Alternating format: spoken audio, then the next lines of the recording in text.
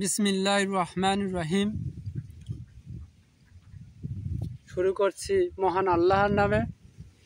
আপনারা দেখছেন অল্প কয়েকদিন আগে যে পুঁই শাকের চারা দেখছিলেন, সে চারাগুলো দেখেন কত সুন্দর বড় হয়ে গেছে। দৃশ্য অনেক সুন্দর। অল্প কিছু দিনের মধ্যে বাজারজাতের জন্য পরিবেশ হয়ে যাবে।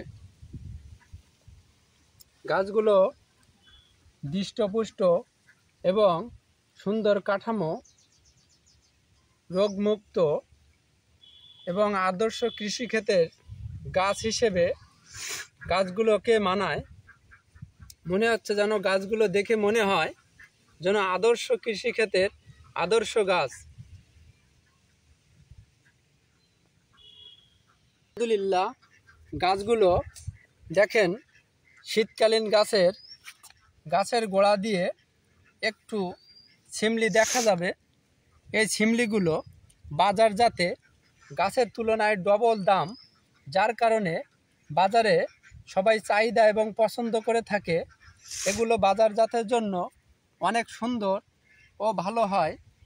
বাজারে রেটও পাওয়া যায় অনেক বেশি। অমৌসুমি চাষ ছাড়া কৃষক টিকে থাকতে পারে না।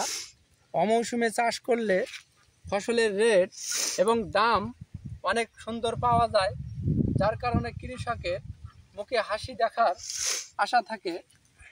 কৃষক আসলে হতাশ হয়ে যায় দাম বাজারজাত খারাপ পাওয়ার কারণে।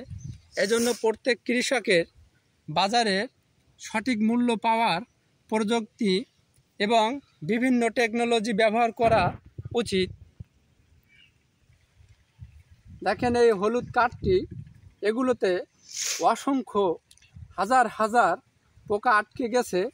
এতে প্রচুর আটা, যে আটায় পোকাগুলো এই ফাঁদে আটকে যায়, যার কারণে পোকাগুলোর বিষ ব্যবহার কম লাগে।